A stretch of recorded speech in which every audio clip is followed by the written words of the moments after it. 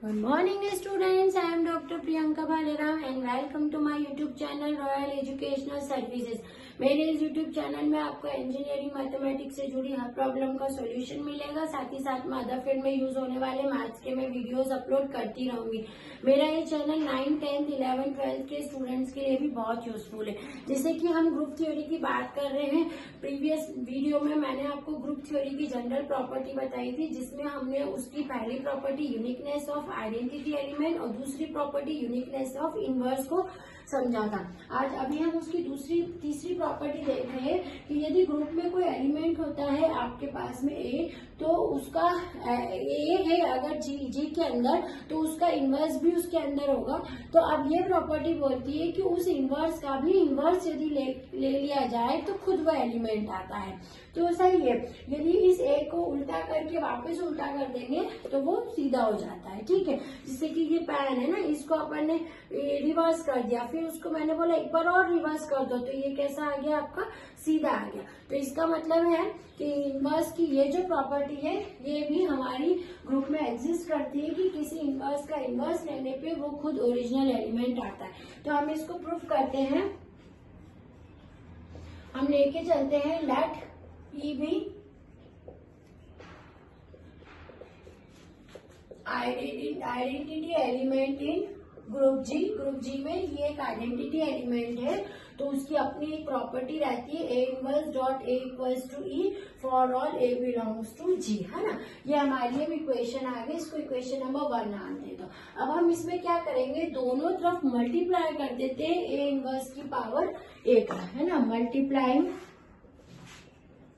Multiplying both sides by A inverse की power inverse, इसका multiply कर दो इसमें दोनों साइड, तो ये क्या हो जाएगा, A inverse dot A into A inverse equal to E dot A inverse dot A inverse. ठीक है, ये हमने यहाँ पर मल्टीप्लाई कर दिया।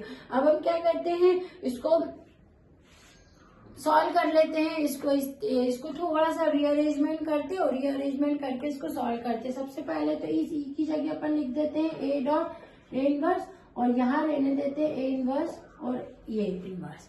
ठीक है, इतना अपन यहाँ पर इसको कर देते हैं। फिर उसके बाद इस वाले हिस्से में अपन आते हैं कि इस वाले हिस्से में क्या हो सकता है ना। तो इसके अंदर देखो ये चीज हो सकती है कि ये इनवर्स और ये वाले को आप साथ में लिख सकते हैं, ए इनवर्स डॉट ए इनवर्स का इनवर्स, और इस ए को अभी अपन बाहर रख देते हैं, है ना।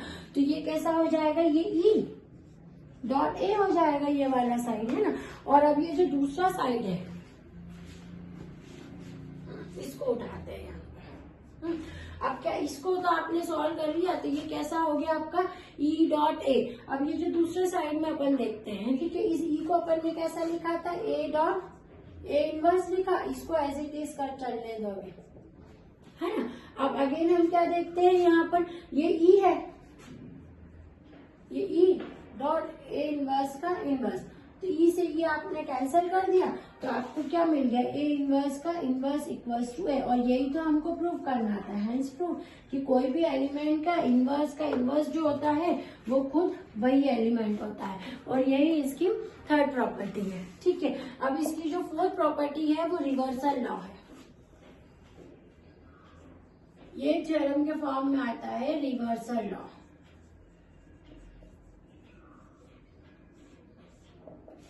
ठीक है, रिवर्सल लॉ आपको क्या बोलता है कि the inverse of product of two element, the inverse of product of two elements of a group ji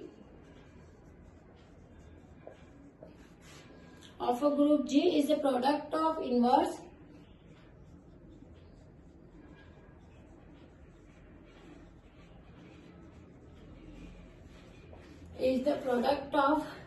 inverses taken in the reverse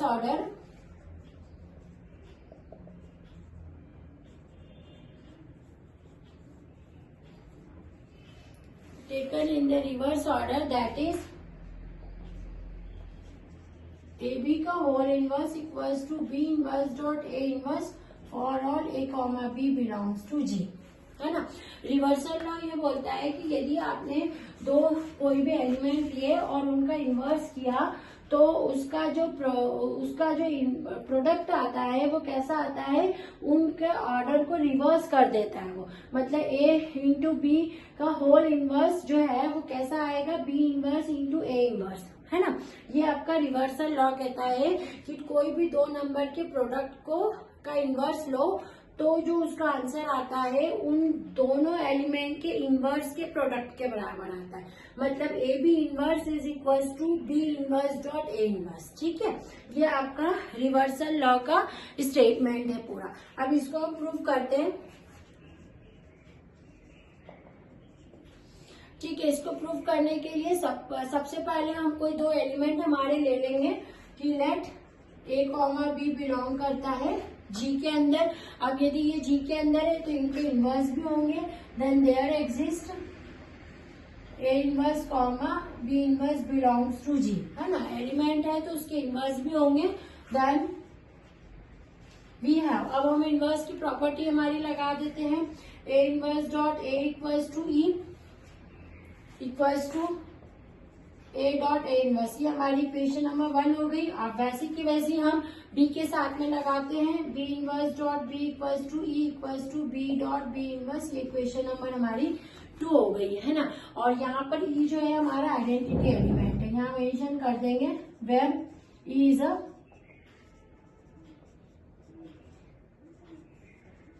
identity element, ठीक है। तो ये दो फॉर्म हमने बना लिए। ए और बी जो एलिमेंट लिए थे उनका इन्वर्स भी उसके अंदर है, तो इन्वर्स की जो आपने प्रॉपर्टी है वो वहां पर लगा ली। अब हमको तो ये लॉ प्रूव करना है, इसलिए हम लेके चलेंगे हमारे जो हमको प्रूव करना है उसके लिए कि ए डॉट ब्रैकेट में A dot b is equal ये b inverse dot A inverse A B into B inverse dot A inverse, है ना। क्योंकि हमको ये लेके आना है तो हम ये वाला पार्ट लेके चलेंगे। अब थोड़ा सा इसमें रीअरेंजमेंट कर लेंगे। इसका रीअरेंजमेंट कुछ इस टाइप से होगा, ब्रैकेट को ही थोड़ा सा इधर उधर करेंगे। A B bracket B inverse और ए इनवर्स, है ना।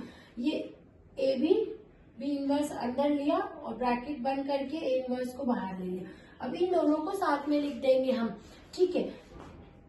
A इंटू ब्रैकेट में B डॉट B इनवर्स और ये ब्रैकेट के बाहर A इनवर्स अभी चलने दो, तो ये कैसा हो जाएगा A इंटू E, ये तो E होता है ना, इक्वल ये A inverse A dot E equals to A inverse. अब इसका मतलब तो 1 होता है और A dot A inverse equals to E, यानी ये E आ गया। इसका पूरे का आंसर कितना निकाल लिया आपने, आइडेंटिटी एलिमेंट E निकाल लिया, है ना। इसको इक्वेशन नंबर अपन फर्स्ट नाम दे देते हैं। सिमिलरली हम क्या करेंगे,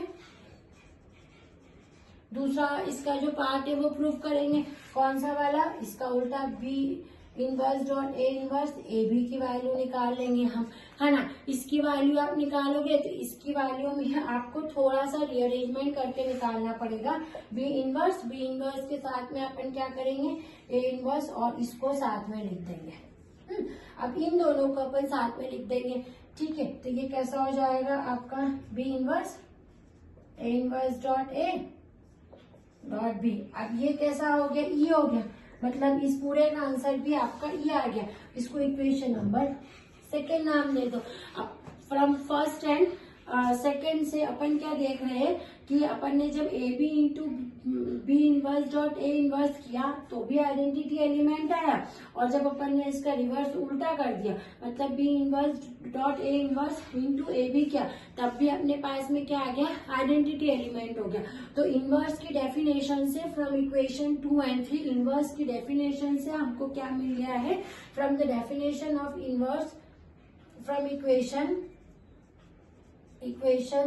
1 and 2 and with the definition of inverse we have AB का whole inverse is equals to B inverse dot A inverse. तो ये रिवर्सल लॉ है आपका, और ये आपका जो inverse of an element is a original element, मतलब आपकी 4 जो है जनरल प्रॉपर्टीज है ग्रुप की, जो कि थ्योरम्स के फॉर्म में आपको दी भी देती है। इसको कभी ऐसे नहीं पूछते हैं कि state the general properties of a group, या तो ये इंडिविजुअल पूछी जाती है या किसी क्वेश्चन के साथ में अटैच होती है। ठीक है, तो आप इसको नोट डाउन कर लीजिए। Thank you.